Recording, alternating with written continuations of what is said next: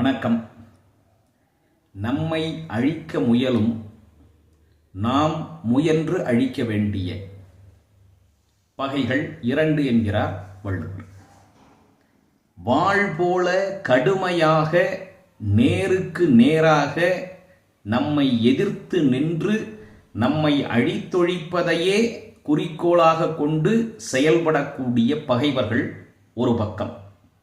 அவர்களுடைய பகை குறித்து நாம் பெரிதும் அஞ்ச வேண்டியதில்லை என்கிறார் வள்ளுவர். ஏனென்றால் அவர் பகைவர் என்பது நமக்கு மிக நன்றாக தெரியும். அதனால் அவர்களுடைய செயல்பாடுகளை நாம் மிகவும் கூர்ந்து கவனித்து கொண்டே இருப்போம். எந்த நேரத்திலே அவர்கள் தாக்கினாலும் அதை எதிர்கொண்டு சமாளித்து திருப்பி தாக்க, தடுத்து நிறுத்த, அவர்களை அழித்து வீழ்த்த நாம் பல திட்டங்களை தீட்டியிருப்போம். இது ஒரு பகை. இன்னொரு பகை அது வெளியில் இருக்காது, நமக்கு பக்கத்திலேயே இருக்கும். நம்முடைய நண்பர்களைப் போல இருப்பார்கள், நம்முடைய உறவினர்களைப் போல இருப்பார்கள். அருகிலேயே இருந்து கொண்டு நமக்கு நல்லது செய்வதைப் போலவே பேசிக்கொண்டும் நடந்து கொண்டும் இருப்பார்கள். ஆனால் அவர்கள் உள்ளத்துக்குள்ளே எப்போதும் இவனை எப்படியாவது அழித்து ஒழித்து விட வேண்டும் என்ற எண்ணம் இருக்கும். அவர்களுடைய மறைமுக திட்டங்கள் யாவும் அதற்கேற்றவாறு செயல்படும். அந்த பகைவர்களை நமக்கு தெரியாது. ஏனெனில் அவர்கள் அணிந்திருக்கக்கூடிய முகமூடி நண்பர்கள், உறவினர்கள் என்ற முகமூடி. அதனால் அவர்கள் மீது வைத்துள்ள நம்பிக்கையின் காரணமாகவும் அவர்கள் வெளிப்படையாக நம்மிடம் நடந்து கொள்ளக்கூடிய நாடகத்தன்மையின் காரணமாகவும் அவர்கள் மீது நாம் ஐயுற மாட்டோம். அவர்களை குறித்து நாம் எச்சரிக்கையாகவும் இருக்க மாட்டோம்.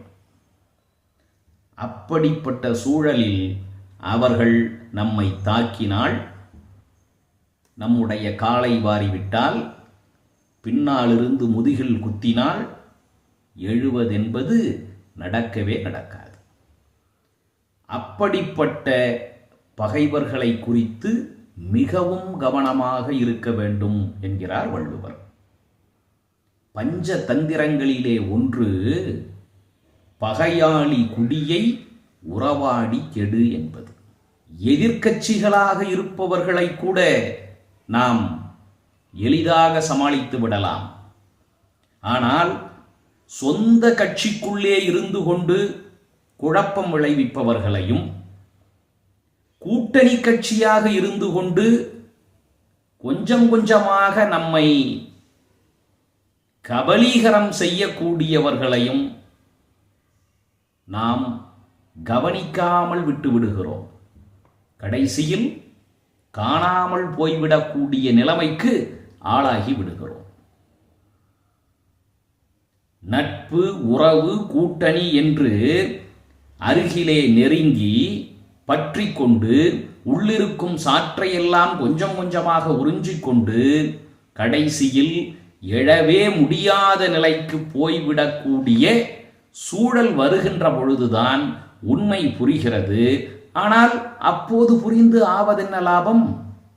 உட்பகை என்ற அதிகாரத்தில் வள்ளுவர் அன்றே கூறியுள்ளார், வாழ்போல் பகைவரை அஞ்சற்க, அஞ்சுக கேள்போல் பகைவர் தொடர்பு. நன்றி, வணக்கம்.